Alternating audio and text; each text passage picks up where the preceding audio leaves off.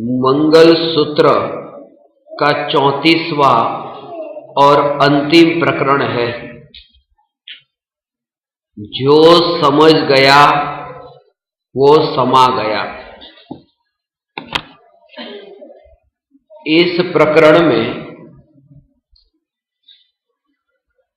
बहुत रहस्य भरे हैं। सबसे पहले ये कि इतना कहने के बावजूद भी जब समझ में नहीं आता, जो बातें वाणी नहीं कह सकती वह बातें मौन कह देती है। इसलिए जब ज्ञानी मौन रहते हैं तो उसका मतलब ये नहीं है कि वे कुछ कहना नहीं चाहते हैं, बल्कि उसका मतलब यह है कि वे ऐसा कुछ कहना चाहते हैं जो वाणी से नहीं कहा जाता। और कोई विरल जीव ही उस मौन की भाषा को समझता है। मौन की भाषा को जिसने समझ लिया उसने सभी भाषा को समझ लिया। जब तीर्थंकर परमात्मा की प्रतिमा के दर्शन करते हो या गुरुदेव के चित्रपट के या परम कृपालु देव के चित्रपट के दर्शन करते हो, तब चित्रपट के दर्शन करते समय वे अपने ध्यान में लीन ऐसी मुद्रा में जो दिखाई देते हैं, वे इस बात का सूचक है कि अब हम जो तुम्हें बताना चाहते थे वो बता ही नहीं सकते। अब तो इतना ही हो सकता है कि हम अपने में लीन हो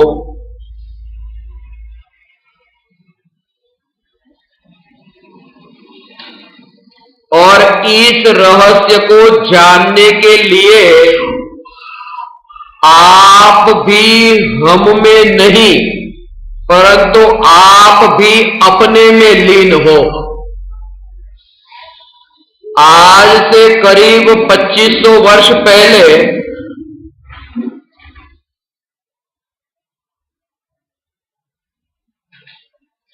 महावीर भगवान को केवल ज्ञान की प्राप्ति हुई। जब उन्हें केवल ज्ञान की प्राप्ति हुई तब वे क्या कर रहे थे? सीधा सा जवाब है कि वे ध्यान कर रहे थे। दूसरा प्रश्न ये हो सकता है कि किसका ध्यान कर रहे थे? तो सहज जवाब आता है कि आत्मा का ध्यान कर रहे थे। फिर यह प्रश्न हो सकता है कि किसके आत्मा का ध्यान कर रहे थे? आदिनाथ भगवान का कि अजिनाथ भगवान का कि पार्श्वनाथ भगवान का? तो वे अपने आत्मा के ध्यान में लीन थे। और इससे ये समझ सकते हैं कि सारे जगत से दृष्टि हटकर निज आत्मा में दृष्टि का अंतर्मुख होना, उपयोग का अंतर्मुख होना, परिणति का स्वभाव की ओर ढलना, यही साधक की साधना है और यही अनंत पद की यात्रा का प्रथम चरण है। इसलिए जब आत्मा की निर्विकल्प अनुभूति हुई, अनुभूति के बाद बताने का विकल्प आया मगर वह बात बता ही नहीं गई जो अनुभव की है। जिस व्यक्ति को इलेक्ट्रिसिटी का, बिजली का जो प्रवाह है, करंट है, उस करंट का अनुभव हुआ, वो चाहे जितना वाणी में बोले,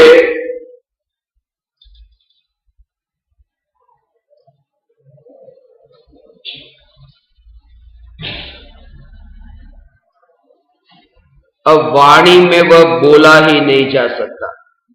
जो अनुभव की बात थी वो वाणी में आएगी कैसे?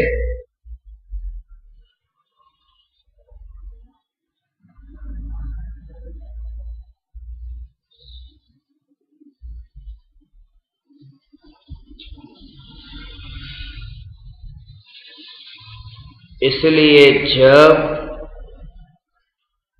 उपयोग पर की ओर जाता है तब कुछ कहने का विकल्प भी आता है। किसी जीव को देखा, पर की ओर दृष्टि गई तो कहने का भाव आया। जब आत्मा में उत्पन्न होने वाले विकल्प की ओर भी ज्ञानी का ध्यान नहीं जाता और ज्ञान का जो विषय वह चैतन्य तत्व ही जब बना रहता है, तब वे दोनों ही भाव छूट जाते हैं। तब ऐसी दशा प्रकट होती है कि वंद्य वंदक भाव छूट जाता है। आपने जिनेंद्र भगवान की प्रतिमा को देखा होगा कि हाथ पर हाथ धरे है। भगवान की प्रतिमा कभी ऐसी नहीं पाई जाती कि भगवान ऐसा आशीर्वाद देते हो। भगवान की मूर्ति ऐसी भी नहीं होती और भगवान की मूर्ति ऐसी भी नहीं होती, क्योंकि ये दो प्रकार की जो अवस्था है, हाथ जोड़ने की अवस्था, वंदन करने की अवस्था और वंदन कराने की अवस्था, ये आशीर्वाद देने वाली अवस्था। जब गुरु सामने दिखता है तो हाथ जोड़ने की ये अवस्था खड़ी होती है। जब शिष्य सामने दिखता है तो आशीर्वाद देने की अवस्था खड़ी होती है। जब शिष्य भी सामने न दिखे और गुरु भी सामने न दिखाई दे, तब जब वो आत्मा में लीन हुआ कि वहां पर आशीर्वाद देने की या हाथ जोड़ने की ये दोनों ही क्रिया समाप्त हो गई, और उस स्थिति का मतलब है जो समझ गया वो समा गया। उसका ये गहरा भाव है। और वो ऐसे समा गया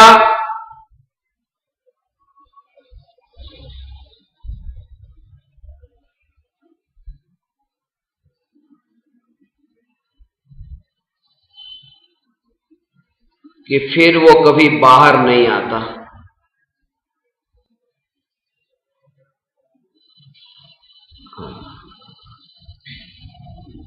इतना इंद्रियों के विषयों से, अनित्य की असारता के बोध से लथपथ जो आत्मा हो, जैसे कपड़ा पानी में भिगोया हो और कपड़ा पूरी तरह से भीगा हो, ऐसा वह ज्ञानी आत्मा के ध्यान में जब लीन होता है तब संसार की अनित्यता की असारता के बोध से इतना लथपथ होता है कि अब उसे एक समय के लिए भी पर में जाने योग्य लगता ही नहीं।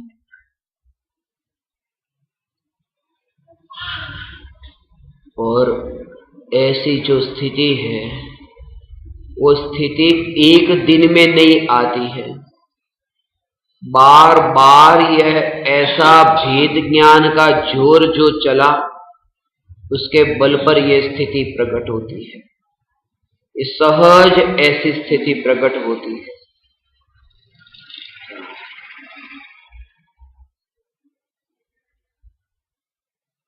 भेद ज्ञान की ज्योति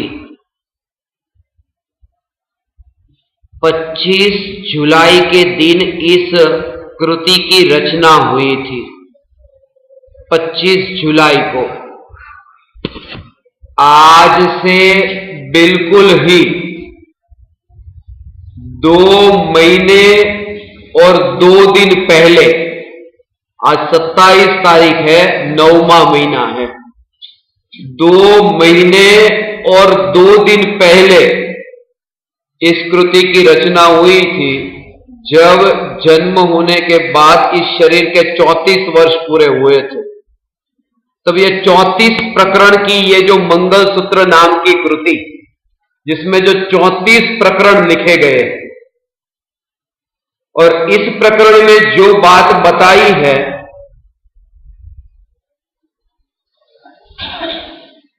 कि आयुष्य की उदय की समाप्ति का ज्ञान नहीं है।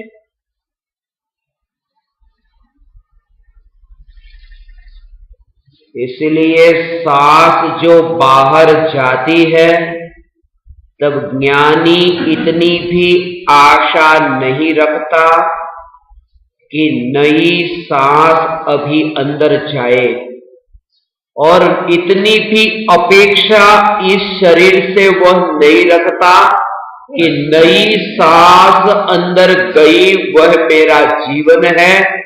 वो इतना उससे, इस देह से उदासीन बना रहता है कि जो अनुभव में आने वाला ध्रुव, अनंत काल तक जिसकी सत्ता, ऐसा ध्रुव अनंत अनंत अनंत, जहां उस चैतन्य की सत्ता का जहां अंत नहीं है, ऐसे ध्रुवता का जहां अनुभव हुआ, वहां एक सांस अंदर जाए या न जाए, उसकी और कितना भी वो अपेक्षित नहीं होता। ऐसा पर से निरपेक्ष हो गया।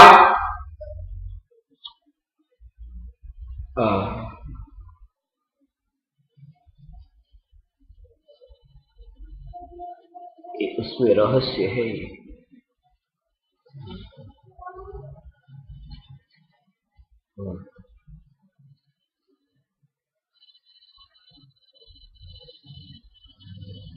उसका भाव समझने जैसा है। एक एक बात इसमें जो अंतिम प्रकरण में लिखी है वो समझने जैसी है। उस समय पता नहीं चलता। घड़ी का दृष्टांत दिया है। घड़ी का जो लंगर होता है, लोलक, वो जो लंगर होता है, वो लंगर जब इस दिशा की ओर जाता है, तब जैसे ही वो गया, दिखता है कि वो दाई दिशा में गया, मगर उस समय उस लंगर में, लोलक में एक ऐसी शक्ति इकट्ठी होती है कि वो बाई दिशा की ओर जाए, ऐसी शक्ति इकट्ठी करता है। जब गेंद को दीवार पर जब फेंकते हैं, जब जा रही है, तभी उसमें एक ऐसी शक्ति है कि वो वापस आने वाली है। इसलिए महावीर भगवान ने ये कहा है, बाकी सब जगह पूरी दुनिया में यही उपदेश दिया जाता है, do not hate anybody but love everybody, but omniscient God said that do not love and hate anybody, just be neutral.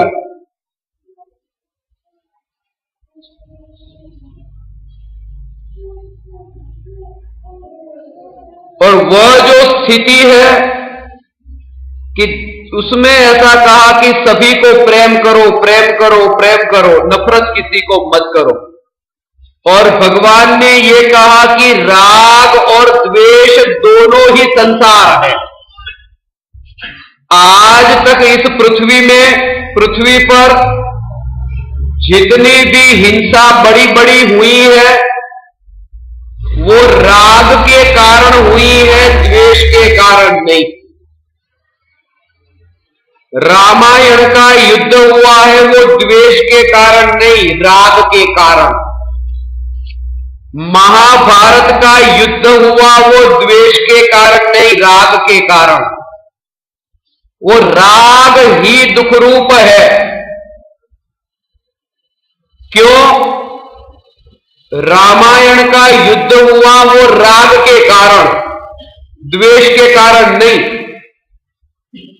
Ram को भी सीता का राग था और रावण को भी सीता का राग था, और राग का जब पोषण नहीं होता तब फिर द्वेष होता है और लड़ाई होती। मगर मूल क्या था? मूल राग था। पांडवों को भी जमीन का राग था और कौरवों को भी जमीन का राग था। जब राग का पोषण नहीं होता है तब फिर महाभारत होता है। तो रामायण का मूल भी राग है और महाभारत का मूल भी राग है। लोक में कहते हैं जर जमीन और जोरू, 6 गजिया न छोड़ू। तो ये जोरू का दृष्टांत तो हो गया रामायण सीता के कारण, जमीन का दृष्टांत हो गया महाभारत। और जड़ का मतलब होता है संपत्ति, रुपये। तो रुपये का दृष्टांत देने के लिए भी पुराण को खोलना पड़ेगा कि यहां देखते हैं रोज रोज, उसमें पुराण को खोलने की कहां जरूरत है? रोज देखते हैं पैसे के कारण ऐसा झगड़ा होता है। तो जड़ जमीन जोरू, 6 गजिया न छोड़ू। तो इसलिए कहा कि द्वेष उतना खतरनाक नहीं है जितना राग खतरनाक है। और इसलिए हम भगवान को वीत द्वेषी नहीं कहते हैं, वीत रागी कहते हैं। द्वेष भी उन्होंने छोड़ा है और राग भी छोड़ा है, परंतु राग पर जोर देके कहा। उसका कारण यह है क्योंकि जब छूटता है तब पहले मोह छूटता है, फिर द्वेष छूटता है और फिर राग छूटता है। इसलिए भगवान को वितरागी कहने में वित मोही और वित द्वेषी बात आ गई। जैसे किसी को कहा कि ये करोड़पति है तो ये बताने की जरूरत नहीं कि उनके पास लाख रुपए है, ये बताने की जरूरत नहीं कि 1000 रुपए है, करोड़ में सब आ गया। ऐसे ही जिन्होंने राग को छोड़ा वितरागी, उसमें मोह तो पहले छूट गया, द्वेष तो पहले छूट गया, इसलिए भगवान को हम वितरागी कहते हैं। लोग कहते हैं कि चूहे और बिल्ली, ये बिल्ली को चूहे से जन्म से ही शत्रुता होती है, नफरत होती है, मगर नफरत नहीं होती। बिल्ली जो चूहे को मारती है वो द्वेष से नहीं मारती, राग से मारती है, प्रेम से मारती है। इतना प्रेम है उसके प्रति, इसलिए चूहे को मारती है।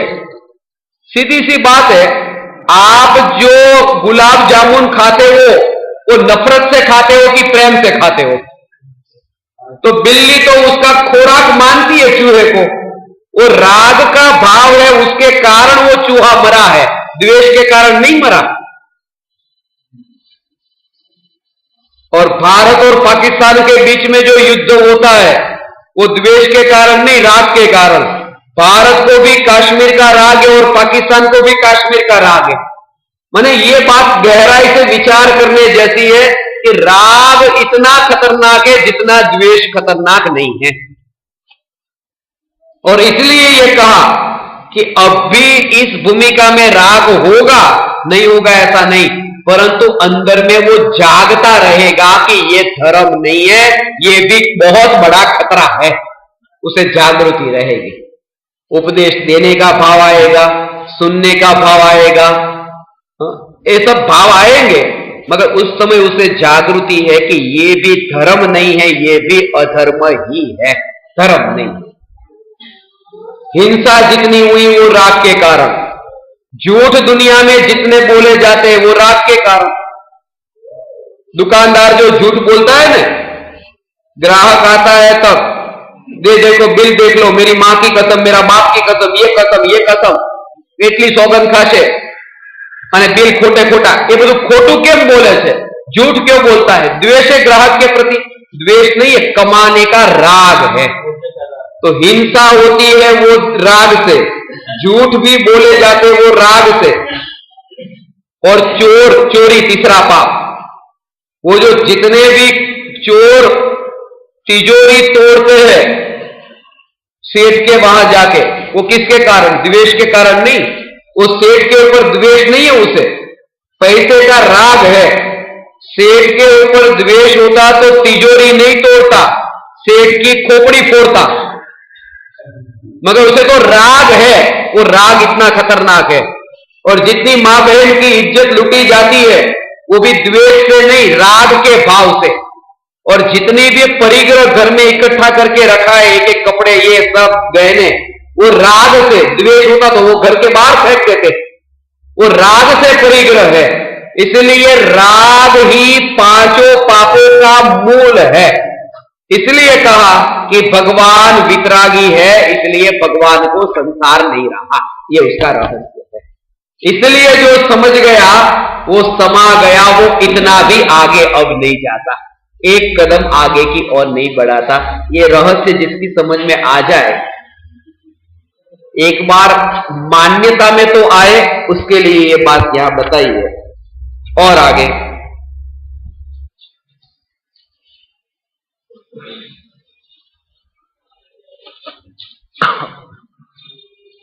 कि ये जो अवसर मिला है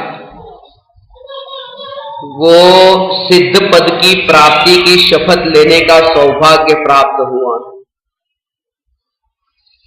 करोड़ों की संपत्ति करोड़ों लोगों को प्राप्त होती है।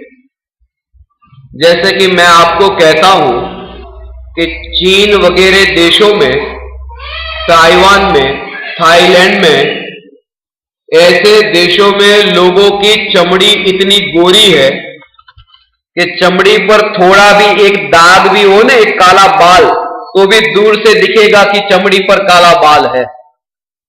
ऐसा यहां पर, ऐसा इतनी गोरी चमड़ी वाले, फिर भी उनकी थाली में देखो तो वांदा અને અળસિયા અને ગરોળી અને આવું બધું ખાવા વાળા। तो ये जो गोरी चमड़ी का मिलना, पैसा मिलना, संपत्ति मिलना, वो तो कॉकरोच खाने वाले को भी मिल जाता है, उसमें बड़ी बात क्या है? ये जो वितरागी भगवान द्वारा प्ररूपित जो तत्वज्ञान और आत्मा की बात और प्रत्येक आत्मा में परमात्मा देखने की बात सुनने को भी मिलना, तब वो गुरुदेव कहते थे काने पड़वी पर दुर्लभ है। ये कान में जो पड़ रही है वो भी दुर्लभ है। इसलिए धन्य मानना कि भले ही करोड़ों की संपत्ति न मिली हो, ये जो चैतन्य की चर्चा सुनने को मिली, ये भी महापुण्य का उदय है।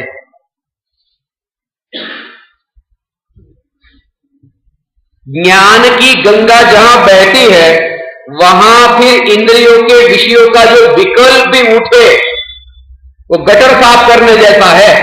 याद आया ना कि यहां बहती है ज्ञान की गंगा, और लाव में उनके लिए साड़ी लेके जाती हूं, लाव में उनके लिए ये लेके जाती हूं, गटर साफ करने जैसा हुआ ज्ञान की गंगा जहां बहती थी वहां।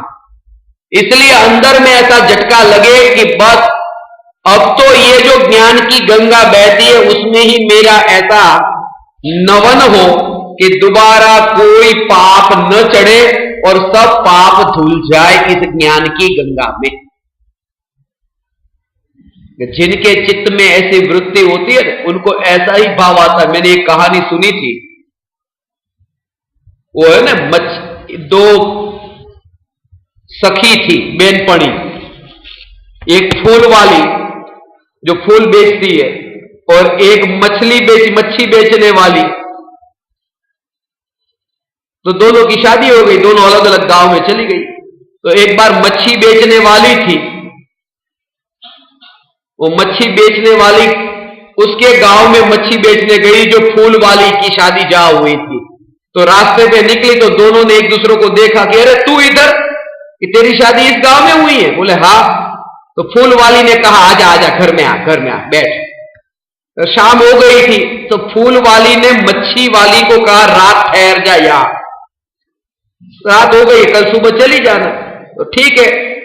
अब रात हो गई तो फूल का ये सब वहां पर ढेर था उसके घर में। तो उसको वहां पर पलंग लगा दिया और मच्छी वाली को कहा कि चल अभी तुझे यहां सो जाना है, सो जा। रात को 11 बजे, 12 बजे, 1 बजा, 2 बजा, नींद भी नहीं आती और फूल की खुशबू से चैन नहीं पड़ता उसे। तब फूल वाली इस लड़की को पता चला कि इसको नींद नहीं आ रही। तब वो टोपला जो था मच्छी का, वो टोपला बाहर पड़ा था, वो टोपला अंदर कमरे में लेके आई, टोपले में थोड़ा पानी छिड़का और उसके नाक के पास रखा, तब उसे नींद आई। क्योंकि मच्छी की आदत ही इतनी हो गई कि वो उसे इतनी फूल की खुशबू मिले तो भी नहीं जुचा। ये है ना कीड़े मकोड़े की जो आदत है, वो सब गटर साफ करने की, वो आदत वाले को आत्मा की ज्ञान की गंगा बहती, वहां भी संसार के विकल्प आए बिना नहीं रहते। और रुचि के कारण ये बात होती है। इसलिए कहा कि ये बात उनकी रुचि में, उनकी समझ में आती है, सीधी सी बात है। ज्ञानी इसलिए चुप हो जाते हैं। अब जिनका संसार में भटकना ज्यादा है उनको नहीं रुचेगी, अब हम अधिक नहीं कह सकते, हम चुप हो जाते। जिनको समझना था उन्होंने इतने में ही समझ लिया। तब धरी मौनता एम कई सहज समाधि माई, ये बात हुई और ये प्रकरण भी समाप्त होता है। अंत में ये कहा था कि आयुष्य के उदय का ज्ञान नहीं है, आयुष्य के उदय की समाप्ति का ज्ञान नहीं है, परंतु मंगल सूत्र की समझ ही पर्याप्त है। उसका मतलब यह है कि कोई भी व्यक्ति ये नहीं जानता है कि हम यहां बैठे हैं, बाहर भी इस प्रवचन हॉल से निकलेंगे या नहीं निकलेंगे, इतनी आयुष्य के उदय की अनित्यता को जानता हुआ वह आत्मा और चैतन्य की नित्यता की अनुभूति के बल पर इस देह से ऐसे अलिप्त होकर रहता है जैसे अनंत काल के लिए इस देह से मुक्त हो गया हो। और ऐसी चैतन्य तत्व की अनुभूति जब हुई तभी सहज रूप से रागादि भावों से विजय प्राप्त हुई, तभी वो जितेंद्रिय जिन हुआ, तभी वो क्षीण मोह जिन हुआ, जित मोह जिन हुआ और क्षीण मोह जिन हुआ। ये विजय तब हुई मोह के ऊपर। और जैसे कल कहा था कि 12:39 का एक मुहूर्त होता है 24 घंटे में, 12:39 का। मेरी घड़ी में यहां 12:39 हुए हैं, विजय मुहूर्त है। ऐसे विजय मुहूर्त में मंगल सूत्र की यह समाप्ति होती है कि 10 दिन तक आप समस्त परमात्माओं ने यहां अत्यंत विनयवान होकर के यहां आप लोग बैठे और मेरी इस बात को ध्यान से सुना। मैं आप परमात्माओं को प्रणाम करता हूं।